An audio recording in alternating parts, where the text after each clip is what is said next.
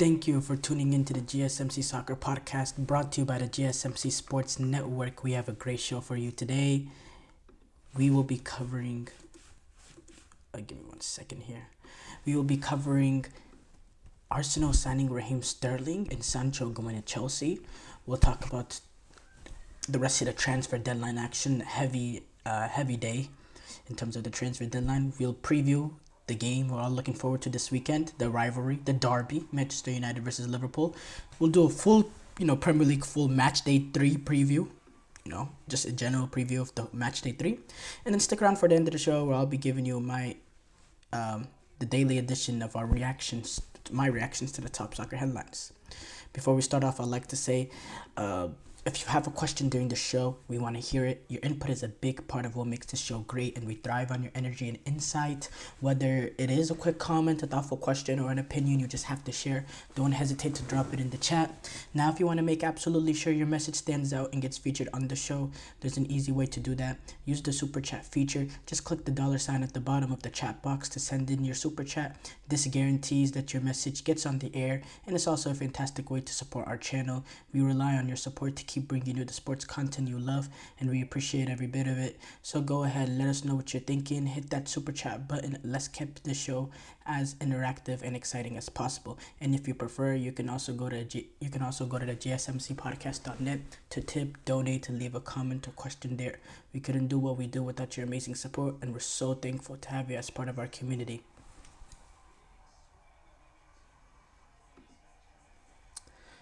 We start off though with Arsenal have signed Raheem Sterling on loan and Jadon Sancho's going to Chelsea.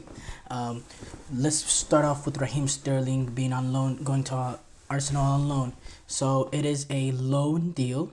There is no obligation to buy. It is strictly a loan deal. It's strictly a loan deal for the 29-year-old Raheem Sterling. Let's read the... So, we know Sterling has 3 years remaining on his current contract at Chelsea, and, the situation going on at Chelsea, now making the squad over these past couple games, sort of, not tension, but, Enzo Maresca letting him know he's not really part of the plans. Sterling being 29, sort of desperate to get back in the England squad, play back at the highest level, get quality minutes for a team, competing. So he has been able to pull off this move. It seemed like it was sort of a last minute move for Arsenal, and the fact that it came so late in the window, and there was talks of Arsenal potentially going for other players that they wanted. Specifically, I heard Kingsley Coman and others, but it was Raheem Sterling who they settled with, and as soon as this, that deal kind of went through, Chelsea agreed to sign Manchester United's winger, Jadon Sancho, on loan, which that one does have an obligation to buy in the following summer, but it's only around 25 million. Going back, though, to the Raheem Sterling move to Arsenal, look, Mikel Arteta did initially distance himself from the fact that they make a move. Maybe Arsenal looked at him as one of the later options. When I was, specifically when we talk about players like Kingsley Coman and so on that they were linked with. But I'll tell you this, Raheem Sterling, he gives you experience. He gives you a sort of Premier League title winning pedigree. And there are his pluses with him. Number one, he gives you a little bit something different than what you have with Martinelli on the left-hand side. Is someone that can, with extreme pace, extreme verticality, someone that's going to run at defenders, get them out their back foot. It has a little bit of quality and end product to get the goal as well. The thing is with Sterling is he has not been the same. Last year, 2 years at Chelsea, it hasn't been the same Sterling we've seen at Manchester City. But obviously, a change of scenery, going to, a different club, being coached by Mikel Arteta, that was his assistant coach at his City days. That's where he was the best. And I'll tell you this, for getting him on a season loan, not having to spend the transfer fee for him, a guy that can compete for spots with the wingers, can compete with Martinelli, but also give you that sort of, squad player off the bench with the quality he has. And look, right now, this Sterling right now that we've seen at Chelsea, okay, he'll be just a squad piece for Arsenal. But if he's able to go to Arsenal and start rediscovering some of his old form, he can really push for a spot. I believe in the quality Raheem Sterling has, and he is 29. So you cannot say that, I don't think there's really a physical drop off in him in terms of athleticism. I don't see that. I just think in those little bit moments, his confidence is low when he's overthinking certain things. In certain moments, he's trying to do too much. Things that can, that with the change of scenery, being in a new environment, I think some of the issues that Raheem Sterling has had with Chelsea could be fixed with a new environment. I do think this is a good move for Arsenal because they don't have to spend the transfer fee. Now it'll be interesting to see how much of this year's salary will they take on. We know that Arsenal had specific requirements that was reported about how much of the salary they really want to take, but I have not seen that exactly how much exactly, but no, overall, a lot of people are questioning this move. Raheem Sterling's nowhere near at the level. He's just a squad. He's not going to provide much for Arsenal, blah, blah, blah. But I will not underestimate Raheem Sterling potentially getting back into old form. I do think that's a possibility. Joining Arsenal, change of scenery,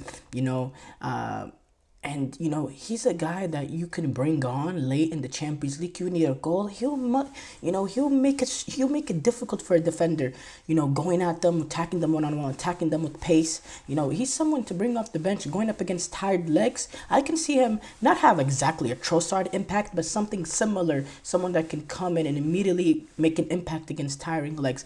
There is a benefit to Raheem Sterling being at Arsenal. I do. And there is really, it's sort of similar to the Chiesa move to Liverpool in the fact that they had a low transfer fee. This is a no transfer fee, essentially. This is only a season-long loan. We don't know exactly the numbers that Arsenal will be taking on, but he's a guy that can come in and he, at worst, can be a squad piece for Arsenal. And look, if he's just another squad piece, well then, so be it. It's a 1-year loan. I think Arsenal, obviously there could have been better options at Arsenal. You could argue Arsenal's main hole to plug was that number 9 position, which they still don't have a natural game in, game out goal scoring number 9. But again, Ivan Toney was available and they didn't deem him as that sort of answer. And that's really what it comes down to. As far as Jadon Sancho going to Chelsea, now all of us Chelsea fans are riding on the positive of what we saw this past weekend, and we're a little bit, we're a little,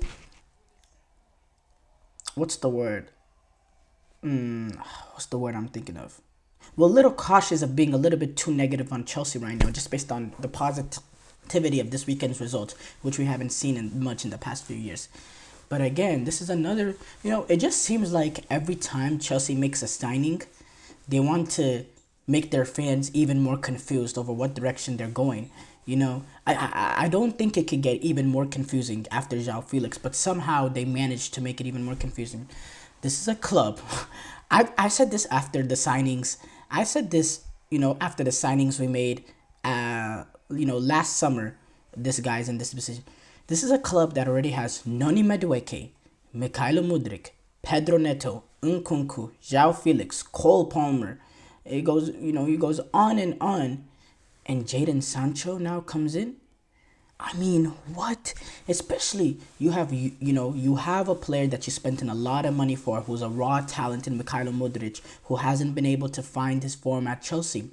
What he needs is more experience to see.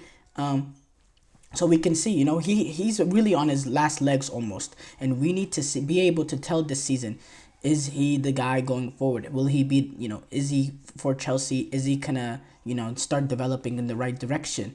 A few players actually at Chelsea are kind of like that. Enzo Fernandez is also another player that's in that similar boat. But how are we going to do that if we have all these wingers already? There's already Pedro Neto, there's Noni Madueke, there's Jadon Sancho. Now Noni Madueke, he had a good game this past weekend, scoring a hat-trick. Now Jadon Sancho comes in to compete with him. Now, I don't understand it from Chelsea's perspective. You have so many attacking options, so many. The last thing you need to do, and the crazy thing is, you have so many attacking options, but you have one clear hole that you don't want to address, and that is the number 9. Now, they tried to address it with Osimhen. They couldn't get it done. For some reason, you could get João Felix, Pedro Neto, Jadon Sancho. You could get all those three done, but you cannot get done Victor Osimhen, who's been the answer for Chelsea over the past few years now. That's been the hole at Chelsea for a while, for a long while, but for some reason they don't want to address that, and they will just want to keep getting attackers like Nkunku, who I didn't mind when we signed him originally. João Felix, we got him this time around, plays sort of a similar role as Nkunku. Pedro Neto, Mikhailo Mudryk, Nani Madueke, Jadon Sancho. You know, we offloaded Sterling, but there's still an insane amount of attacking options this team has. It's too much. You know, they don't play enough games for all these attacking options. They don't play enough games. Let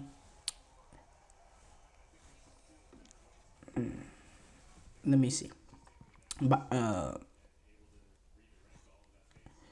the way, I didn't discuss this, but Chelsea did play their second leg in the Europa Conference League against Servette. They moved on. They lost 2-1, but they moved on aggregate.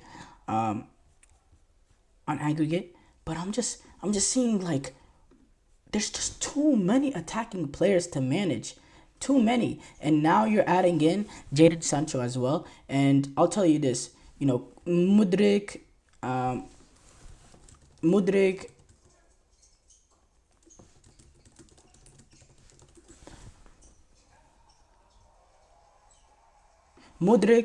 and Neto, they'll play off the or no. Pedro Neto.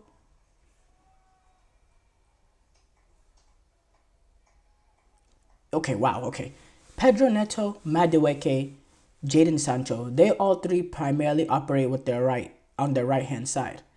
You know, while Mudryk is the only player that can play with the left. But I think now Pedro Neto, he has a brilliant right foot as well. I think Pedro Neto will play a little bit more on the left because Sancho is already there competing with Mudryk. It just, the balance is so off. The balance is extremely off. As far as Jadon Sancho, look, he's had an on top of it all, Chelsea, the last thing they need is an inconsistent player. João Felix, inconsistent. Mikhailo Mudryk, he's consistently awful at Chelsea so far. Nicholas Jackson, okay. Well, we'll be nice and say inconsistent. Nicholas Jackson, Christopher Nkunku. Since he got to Chelsea, I have to say he has been inconsistent. Now, I mean, not in Nicholas Jackson, Nkunku. Since he's got to Chelsea, he has been inconsistent. He was one of the signings I really, really liked because of his profile. But let's be honest, he hasn't really taken off at Chelsea in the small amount of games he missed. But he still has time to prove himself. Pedro Neto, we don't know yet. At Wolves, he was consistent, but I'll put him down in the inconsistent tab because he's injury prone. I already said João Felix, inconsistent. Noni Madueke, extremely inconsistent. The last thing Chelsea needed is another inconsistent player in Jadon Sancho. You know, Jadon Sancho, before the Manchester United move, he was a superstar, playing at Dortmund, playing quality football. Manchester United totally bust. Had a very few moments of very few positive moments. Just couldn't get into the team at Manchester United. Couldn't solidify his spot. Didn't have a consistent rhythm of play, a consistent set of good performances. And he gets loaned out to Borussia Dortmund this past season, and when he got loaned out for the second half, he had some good signs here and there, but he didn't exactly light it up at Borussia Dortmund. He had one marvelous game in the Champions League semi-final against PSG, that first leg, but didn't really light it up. So for me, that's another thing that confuses me on top of it. I don't understand Chelsea's transfer strategy, but you know what? We just... we'll slowly see what they're trying to do. I really don't understand as a Chelsea fan. I'm sure many Chelsea fans out there don't understand. And, I was sitting down with one of my fellow friends who's also a Chelsea fan. And he happens to be one of the most positive, deluded Chelsea fans out there. And I even look at him and he's confused. Like, he's laughing because he's always positive when it comes to Chelsea. He's laughing at how the transfer just makes no sense. And this is a guy that will religiously defend Chelsea. It doesn't make sense to any of us. And if it doesn't make sense to Chelsea fans, well,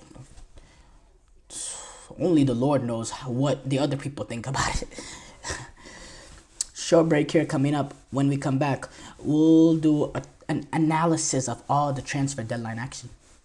I feel like I'm losing my mind. Is everybody in the world blind? Please, Lord, give me a sign, a sign. I feel like I'm losing my mind. Is everybody in the world blind?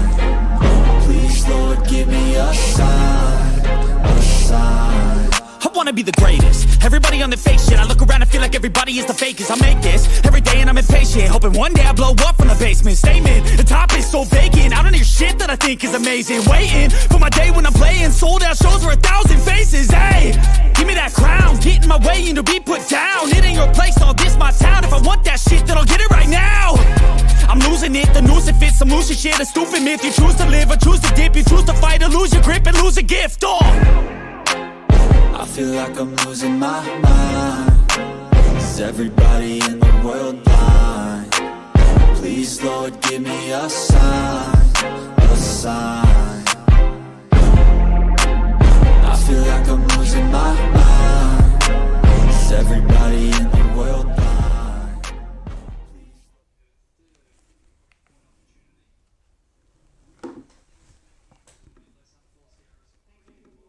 Before the break, we reacted to Arsenal signing Raheem Sterling on loan and Jadon Sancho going to Chelsea. We move on to do an analysis of all the transfer deadline action. We start off with, where do we go? Okay, let's go to Victor Osimhen. Osimhen is in limbo.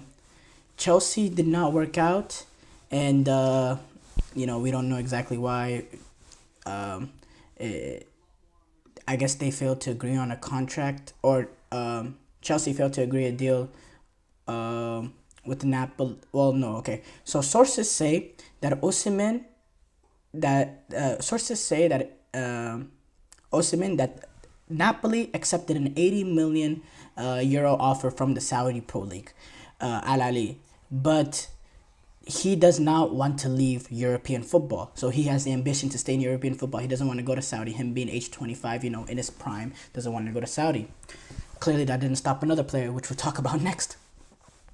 But sources say that, and now Chelsea were they find themselves in a position that they could take advantage of that, because they've had interest for him in a while, but they just couldn't reach a deal, and now Osimhen has a tough battle because he's kind of, Napoli, Antonio Conte, he's sort of accepted that he was moving on. From the moment he got to the club, he's trying to bring in Romelu Lukaku, and,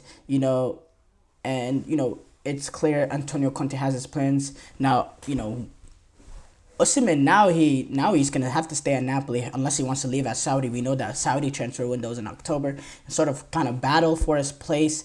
Antonio Conte kind of already accepted that Osimhen, or he, I don't know. Okay, look, I think Antonio Conte basically assumed that, okay, he's going to be gone. Maybe the hierarchy allowed him already to know that, so he just planned without him. And I'll see, will Antonio Conte open back Osimhen with open arms?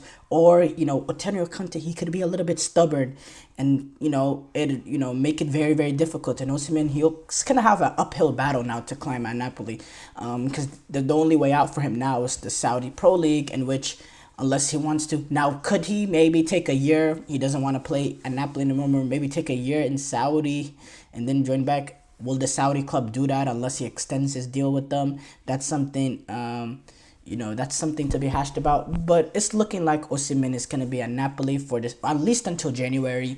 And he's really going to have to sort of fight for his place at Napoli. Ivan Toney is an interesting one.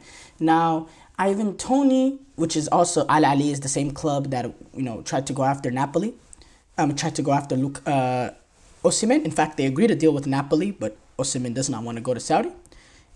Ivan Toney has signed.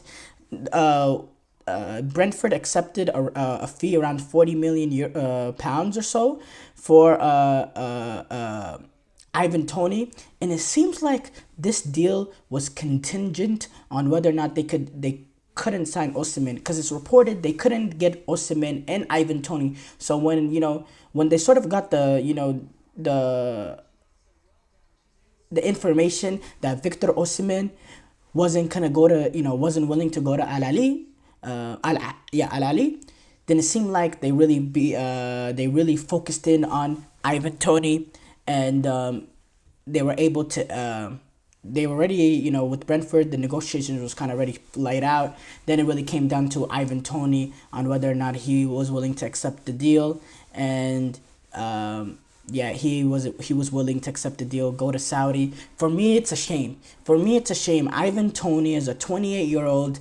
At the peak of his prime, a proven goal scorer in the Premier League. In my opinion, he could have gave some of these top teams a chance. He would have gave, for my opinion, Ivan Toney. Arsenal get Ivan Toney. They're much closer to Manchester City than they would with them signing Mikel Merino. Now, obviously, I said this yesterday, even before the injury. So this is not something that I'm making my opinion based on the injury that Mikel Merino suffered in training. I think a proven Premier League goal scorer that can play as a number 9 and get you goals game in and game out would give Arsenal much more of an impact in terms of trying to catch Manchester City than Ivan Toney. Then Mikel Merino. You go to a team like Chelsea that are in need for a proven Premier League goal scorer that can get goals game in, game out. I think he would have been much better signing than Jadon Sancho, João Felix, Pedro Neto. Well, okay, maybe not Pedro Neto, because I think Pedro Neto can come good. But João Felix and Jadon Sancho, I think Ivan Toney would have been much better signing for them in terms of trying to elevate them into the top 4. And Ivan Toney, he's a brilliant player, brilliant talent, 28 years old. The fact that he's moving to Saudi is really, for me, it's really disappointing. I enjoy watching him play. He plays with quality. He has verticality with pace. He's a good goal scorer. He's good on the ball. He can join, drop down, and sort of the ball will stick, and can bring other players involved. He has real quality. He was involved in the English squad, in the English setup. He's a brilliant player. Good penalty taker as well. But it seems like he was pretty desperate to get out of Brentford. It seemed like Brentford were also very willing. They've kind of accepted that Ivan Toney. This is part of their model. Sell when the players get, reached peak value, and then reinvested, find gems. And they've sort of accepted it. And they weren't pushing out Ivan Toney, but they were essentially, they were more than comfortable with him leaving. They accepted the transfer fee. They did well to get £40 million out of him as well. They didn't do well, but just because of how much it was in limbo, his value was slowly going down, because it got more and more obvious that Ivan Toney and Brentford relationship was, going away. Like, Ivan Toney wanted to leave. So I thought they did well to get the money, and I thought he could have provided for Arsenal. I thought he would have been the perfect signing for Arsenal, I have to say. I think he would have been a better signing for Arsenal than Raheem Sterling. The only difference is, though, the reason why I gave Mikel Merino the comparison instead of Raheem Sterling is Raheem Sterling, they got him on loan. There's no transfer fee. Now, you had to pay his wages, but there's no transfer fee. With Mikel Merino, the transfer fee would have been around the similar range that Ivan Toney would have been around, give or take, maybe 5-10 million or more. So, yeah, it's for me, I think Arsenal made a huge mistake, and I think they kind of overthought it too. Now, Mikel Merino is a good player, don't get me wrong. It's just that whenever you have that proven goal scorer in a team that's missing it, it gives you look at how Manchester City are with Haaland. You need that sort of player that can get a goal out of nothing. You need that sort of player. That's what Chelsea lack as well. Okay, we move on. Let's move on. There's a lot of news that happened this transfer deadline, I have to say. A lot of news. And it's been hard to track everything. So Manuel Ugarte, he has sealed his move to Manchester United in terms of contract sign. We talked about this a few days ago, but it wasn't sealed, right? So Ivan Toney, he signs for Al Ahly. Neto, he's gonna join Arsenal on loan. He's gonna be the backup goalkeeper, obviously. Neto, the goalkeeper from Bournemouth, he's gonna join Arsenal on loan.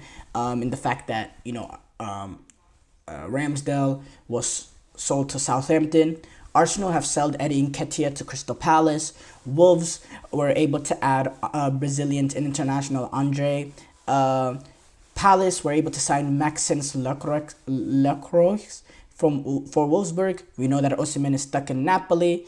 Ward-Prowse and Morato.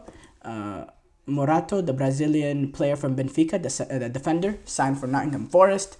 Fulham is able to get Reece Nelson on loan from Arsenal. Carlos Soler went to West Ham on loan from PSG. And then Matt Turner is going to Crystal Palace on a loan. And yeah, now it's also reported that Trevor Chalobah to Crystal Palace happened, but it hasn't been announced. I guess it depends on the paperwork and all that, and the fax machines and all that. But that will remain to be seen. Why they use fax machines in 2024? That's a whole different conversation there. But just a lot of news in this transfer window, and I'm happy this transfer window's over. I like transfer windows. I like the excitement of it and all that.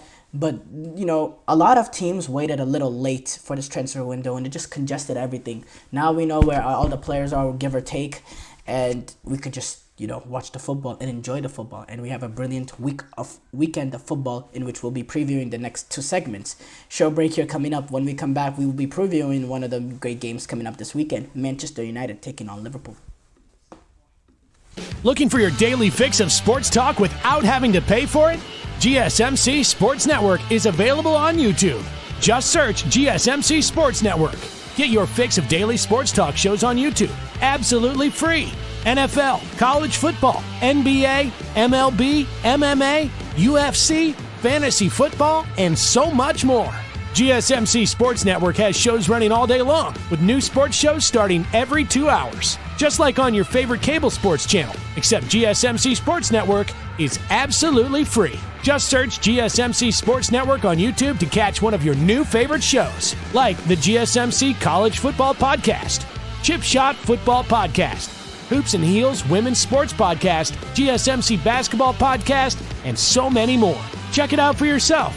GSMC Sports Network, now available on YouTube absolutely free. Search GSMC Sports Network on YouTube right now.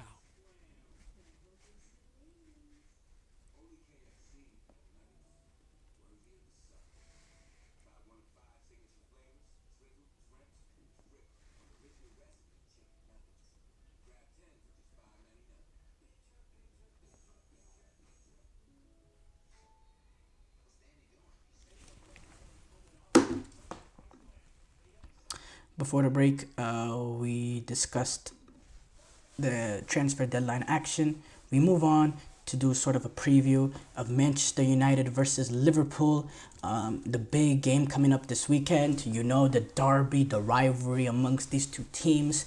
And whenever Manchester United play Liverpool, it's always something to look forward to. Now, this game will be played at Old Trafford.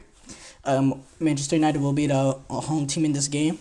And, Manchester United are coming off of a loss to Brighton, 2-1. They had that opening day late win over Fulham, and then their loss against Brighton, in the sort of dying moments.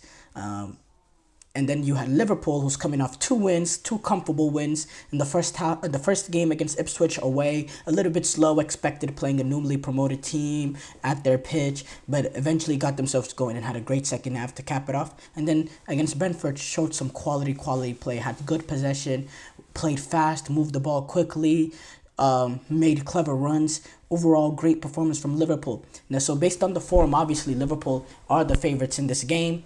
The thing that, just based on form, now with it being at Old Trafford, I'd like to see how Arne Slot's first derby, how Liverpool are psychologically prepared in this Manchester United game, going to Old Trafford. It's going to be difficult. Even, these sort of games, I have to say, I always say these sort of derby games, you throw form out of the window, but when it comes to United-Liverpool, you don't know. You remember a few years back when Ronaldo's first year, when Liverpool went to United and destroyed them 5-0, and that's when United were in poor form and Liverpool were in really good form. But if you go back and then you move on a year later. Is it a year later?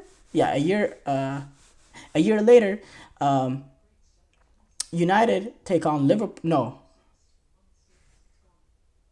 not a year. Not a year later. A few years later, actually. Eric Ten Hag's first year, United have a decent season. I believe they finished third that year, second or third. They were up there. Had a really good season under Ten Hag, and they went against Liverpool team at Anfield later in the season, a Liverpool team that was bang out of form. They didn't even qualify for the Champions League. It was a transition Liverpool team, really weak team, and Liverpool put 7 at them at Anfield. 7. So sometimes the form, will play a factor, and sometimes it's a derby game. You don't know. It's electric. You remember in Eric Ten Hag's first year, that same season, they did play Manchester United. Were coming off 2 horrible losses, their first 2 games. Their third game, they take on Liverpool, a Liverpool team that also had 2 draws, so weren't really taking over as well. That's when Liverpool went on to have that poor season. Manchester United beat Liverpool 2-0 despite those 2 opening day losses. So you don't want to put form too much into it. Now look, Manchester United, I think Manchester United against Brighton, there was a lot of criticism for Eric Ten Hag, and deservedly so. Number one, he didn't play a striker. He didn't play Xerxes despite the opening game. He sort of went with the false 9 approach, playing Rashford, Mount, Diallo, Bruno Fernandes from 4. There's no Mason Mount in this game. He's not available. He's hurt. I'm interested to see, does Bruno Fernandes now drop down into his natural position, and then you bring in a Xerxes, a pure number 9. I want to see how they adapt to it. Does Harry Maguire keep his place now with Matthias de Ligt having another week to settle in at Manchester United? That's also something interesting, something I'm interested about. I want to see how Eric Ten Hag chooses to approach this game. As far as Liverpool on the slot, I don't think there's going to be any massive changes. They lined up against Ipswich Town. Let me see, actually. They played, I believe they played the same starting lineup against Brentford and Ipswich Town. Let's go check that real quick.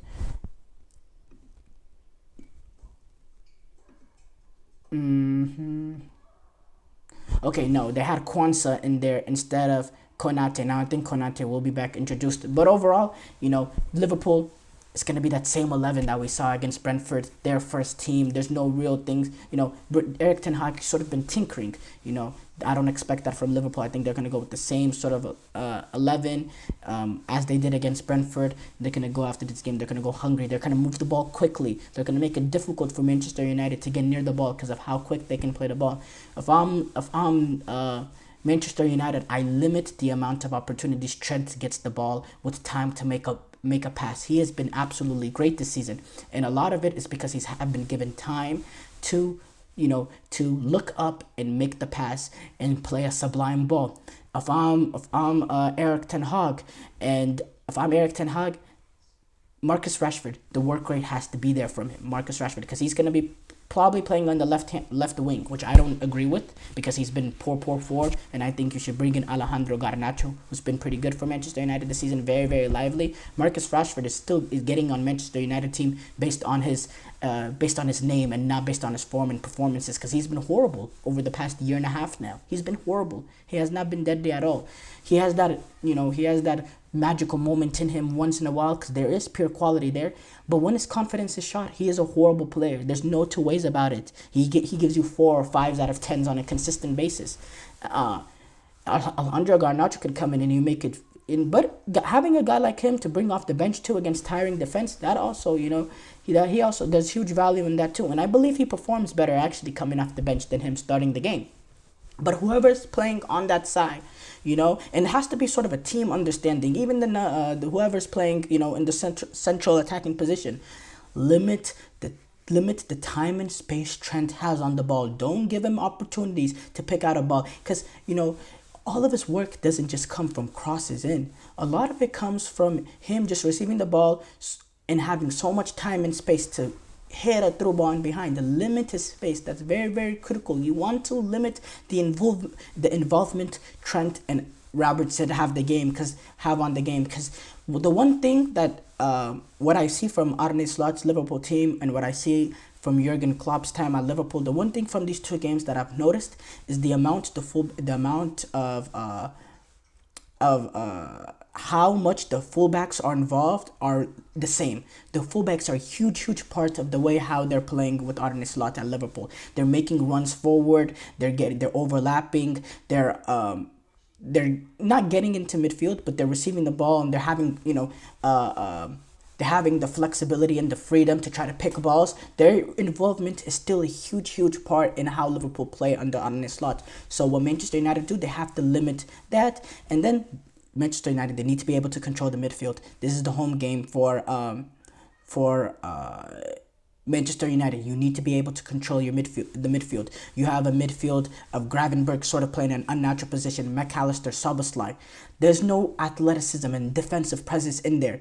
Manchester United need to take advantage of that. Now, Ugarte is not going to be able to play tomorrow, which he would have been a perfect player to physically, be dominant in this sort of game, because he can dominate Gravenberch, McAllister, Szoboszlai, specifically Gravenberch and McAllister. There's no six there.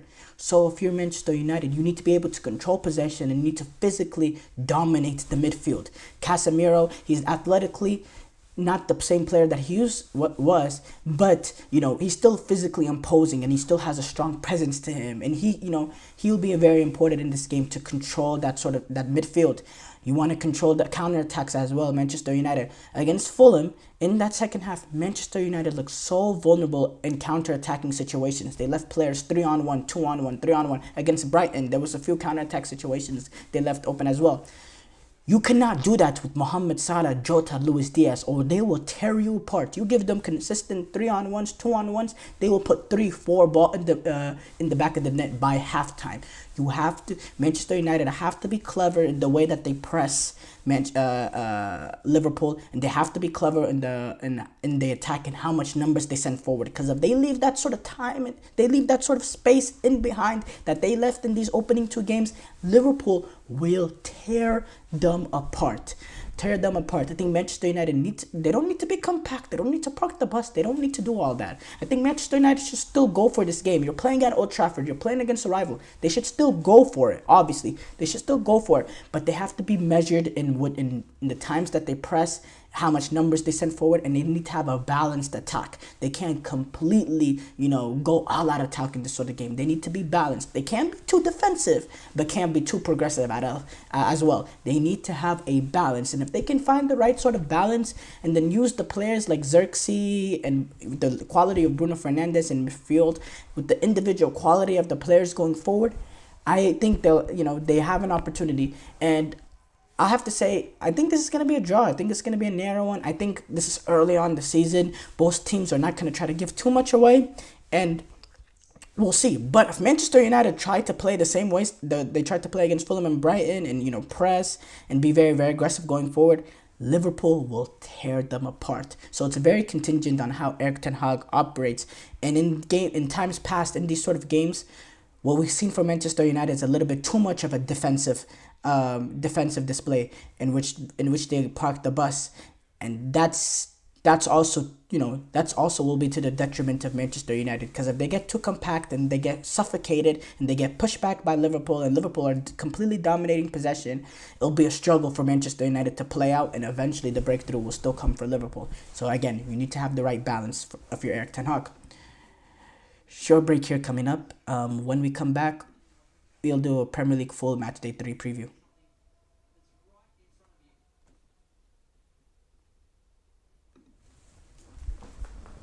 For the best and latest podcasts available anywhere, go to the podcast app on your cell phone and type in GSMC to access free content-rich podcasts on health and wellness, book reviews, sports, entertainment, relationships, social media, movies, technology, finance, and even weird news. Subscribe and download the GSMC Podcast Network's family of shows, available everywhere podcasts are found.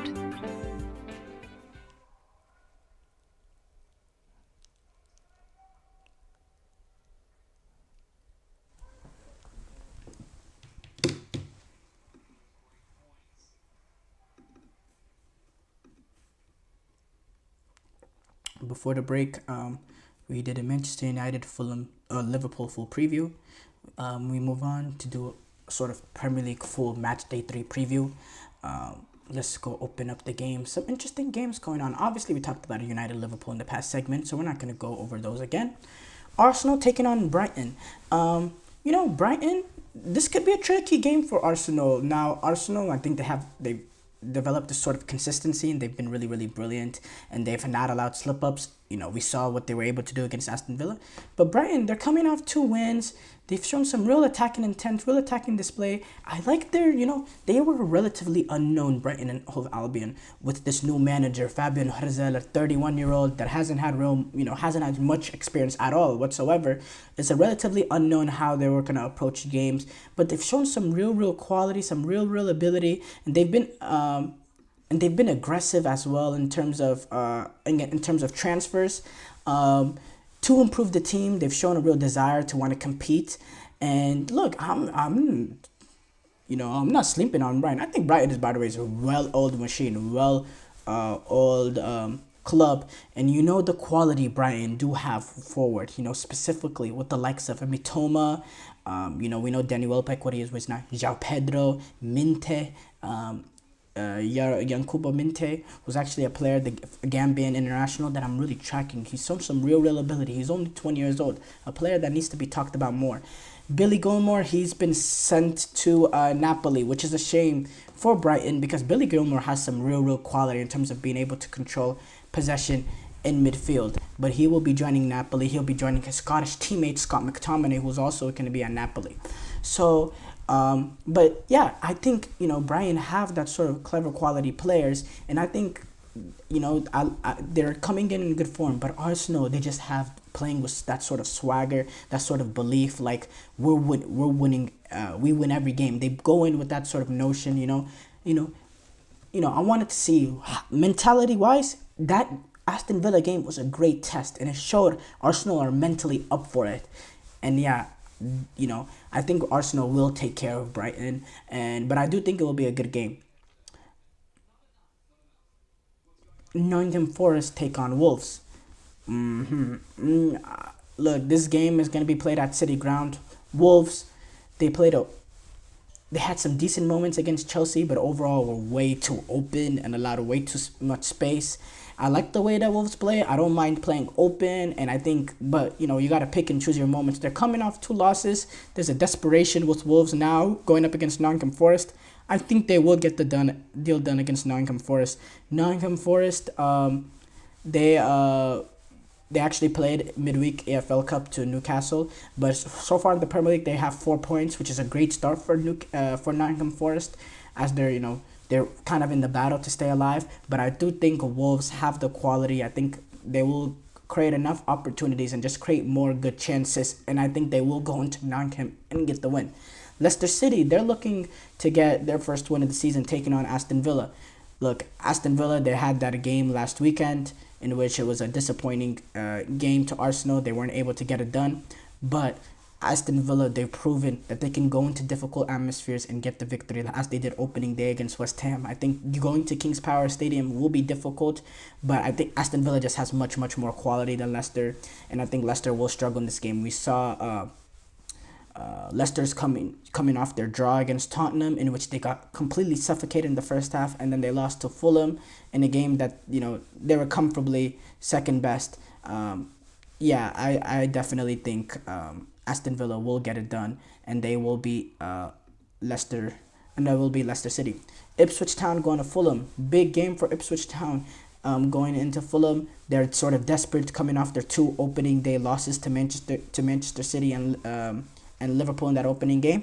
I see them getting the point out of this just based on the desperation that they have. Fulham, they had 1 win and 1 loss. I definitely think Fulham are the favorites, but I'll say Ipswich, because they need this sort of result. They need to sort of kick off their season, for their battle to stay alive. Brentford take on Southampton. Southampton has, I believe, 2 losses so far. That opening day, they got the red card. Early red card. Newcastle got early red card, and they still couldn't take advantage. They created a lot of opportunities, and they controlled the ball, but they couldn't get the goal. Against Nottingham Forest, they lose 1-0 to a late winner for Morgan Gibbs-White, but they were thoroughly outclassed by Nottingham Forest. They were thoroughly outclassed by Nottingham Forest, and that was at St. Mary's Stadium. Don't think Southampton is a particularly good team. Don't think they're going to stay up, I have to be honest. And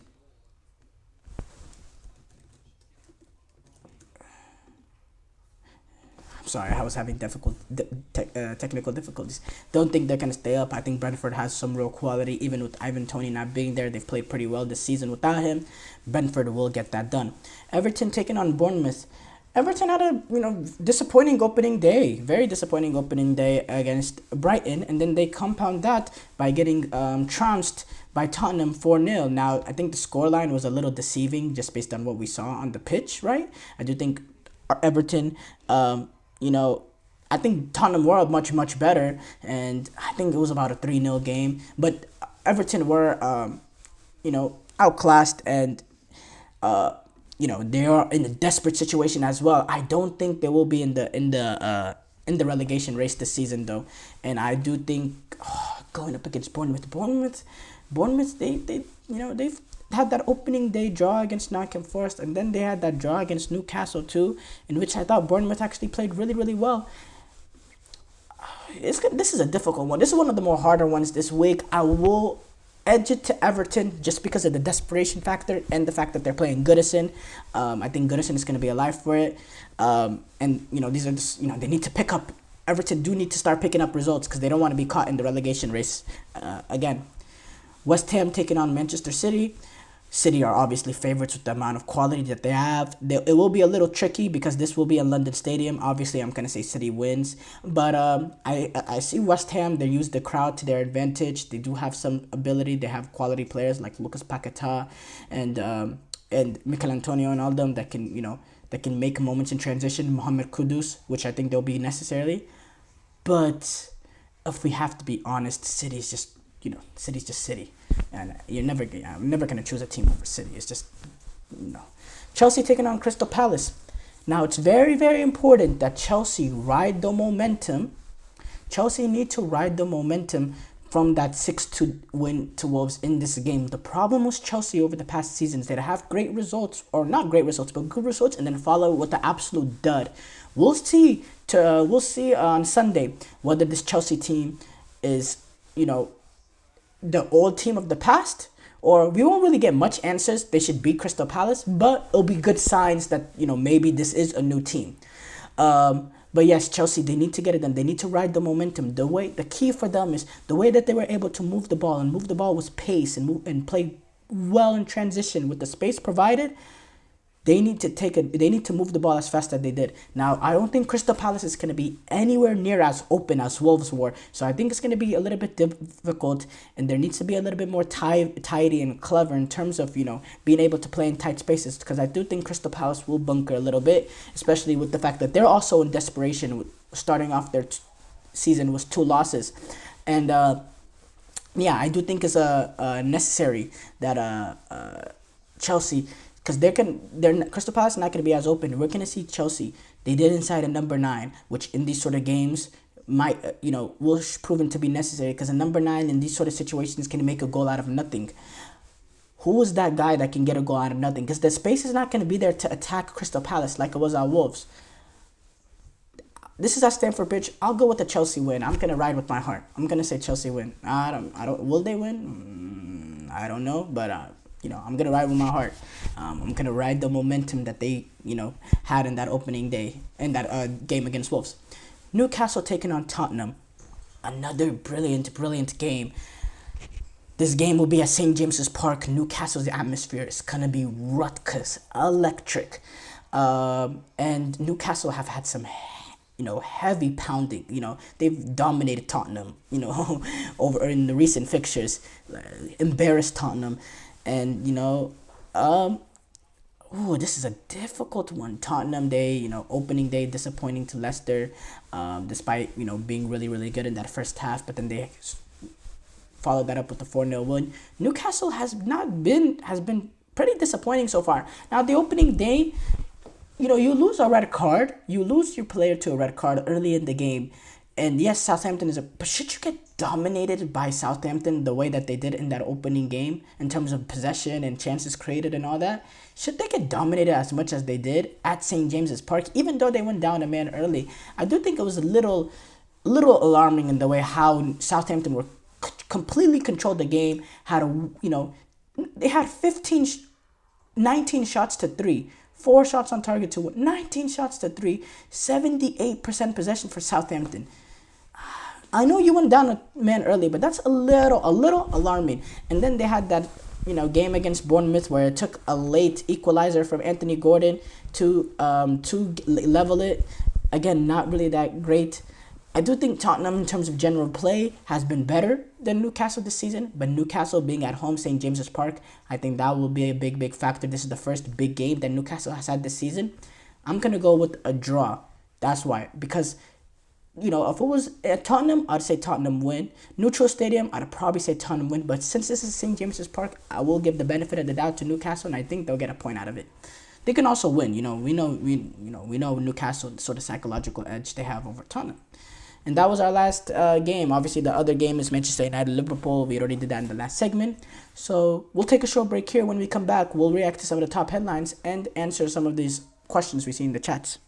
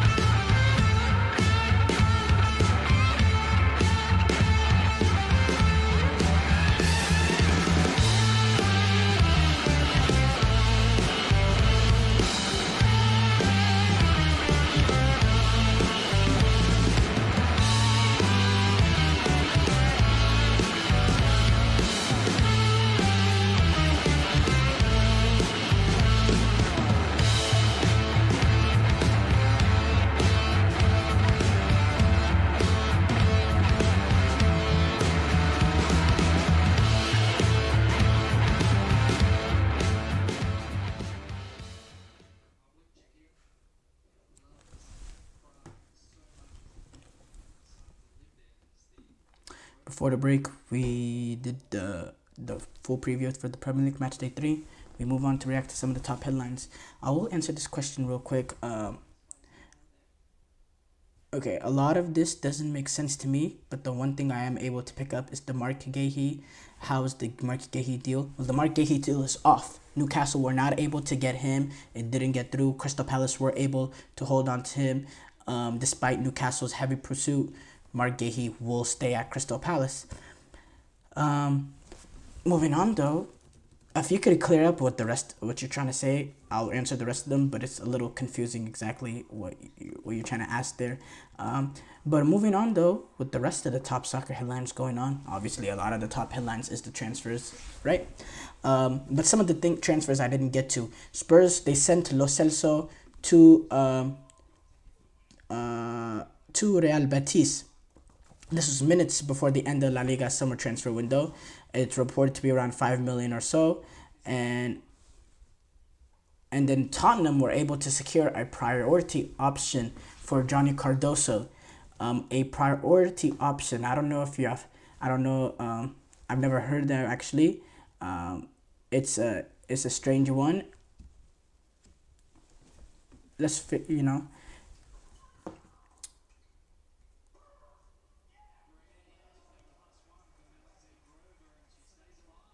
So they're closing on a deal to get Johnny Cardoso from Real Betis in the future. Essentially, that's what it is, which is good. It's good that a U.S. MNT is making that next move. He's, in my opinion, he's a good player, and I think he can really challenge that position going forward. So once I figure out more about exactly what it means that he's a priority, we'll get it to y'all. Let's go back though. Wow, it was such a busy day in football. Di Maria came out and had some strong comments talking about Louis van Gaal. We know, let's just have context. Angel Di Maria, his worst, the worst time that he had in his career was that Manchester United stint. For some context, And yeah, Angel Di Maria, and obviously we also know some of the bad blood that Netherlands had with Argentina at the World Cup. Van Hal, the the sort of tenseness between Van Hal and Argentina. You saw Messi celebrating in his face, and then afterwards having something to say to him, and when Di Maria was speaking to another sports network, he said the worst. This is word by word what he said when asked about who's the worst coach he's had. The worst is Van Gaal. You can be sure of that. In case you had any doubt, I'll clear that up for you right now. Wow, that's some strong things to say, and yeah, that's again, when you have your worst time at your career, you're gonna, I wouldn't say it's expected. I think it was a little harsh the way he came out and said it. But look, it's his opinion, and we know the negativity between Louis Van Gaal and Argentina, Netherlands, and Argentina in general has a lot to do with it, to say the least. Thuram. Inter Milan got a big win over Atalanta, an Atalanta team that's going to be trying to battle. They're up for the top four. They were able to win 4-0. Thuram was able to have, Lilian Thuram was able to get a brace. And Simone Inzaghi, he was very happy over his striker's performance. He said, Inzaghi said, Thuram is starting to get more experience in Serie A and is building on last season. It all starts from his mentality and his hunger. He returned to the training ground early from vacation because he know that we needed him. Inter Milan, they're gonna be up there again. I think they could get that that Serie A. It'll be their third and fourth year. They're building something special at Inter Milan, I have to say, and they're having consistency. And I like to see them be, they reach the Champions League final. Can they take that next step? Can they be, a big outfit in this Champions League as well? So really start, announcing themselves on the world stage. Because, Inter Milan, we don't look at them as the way we look at City, Liverpool, Real Madrid, Bayern Munich. We don't see Inter Milan in that way. We did in the past, but right now we're a little bit fringy on them. I want them to build, now I don't want them, I don't really care, I'm not an Inter Milan fan, but it would be good for them to sort of build their name on a Champions League stage. You make that run once, okay, you're sort of looked at as a sort of fairy tale run. But they go up and they make a sort of run again, and they don't necessarily have to reach a final, but they just need to be dominant in the Champions League, and they need to, they need to beat one or two like top teams. If they can show that again, we'll start slowly respecting Inter Milan as one of the top greats again in terms of top clubs in the world.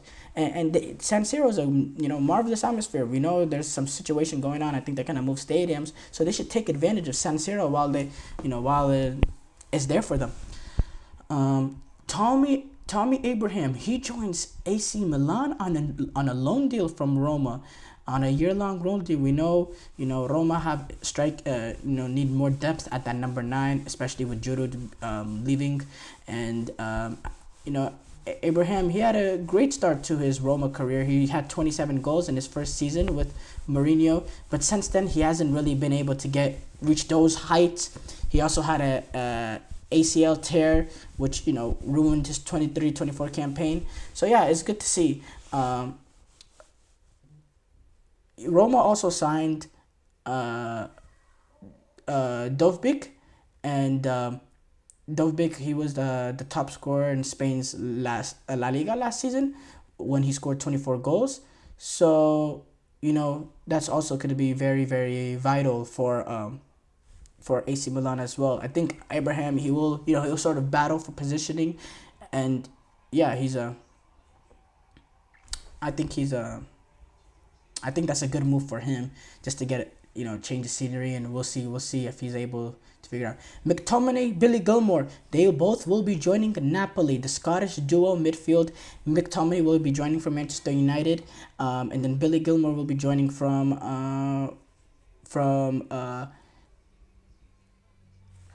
Brighton. Look, I'd say interesting moves from Napoli. McTominay, I could see the value in McTominay for Napoli with Conte.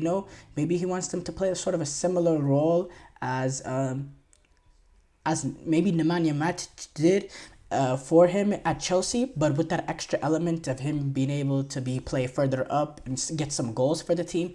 I think Billy Gilmour is the big one. He can come in and he can help this Napoli team have more control of the ball, more control of the position. He's a real tidy and clever player in that midfield.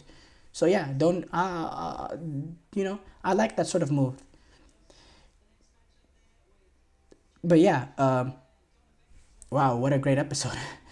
Thank you guys for tuning in to the GSMC Soccer Podcast, brought to you by the GSMC Sports Network. Your support means a lot to us, so please remember to subscribe to the show and leave a positive review. It really does make a difference. We also invite you to follow us on Facebook, Twitter, TikTok, and Instagram for more content and updates. Thank you once again and have a wonderful, wonderful day.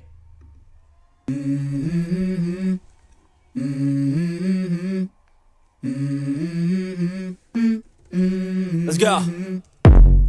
I wake up to a little bit of drool on my pillow, feel like it's gonna be a bad day. Yeah, I'm tired of shit, and the coffee ain't hit yet, damn, ain't that great. I don't wanna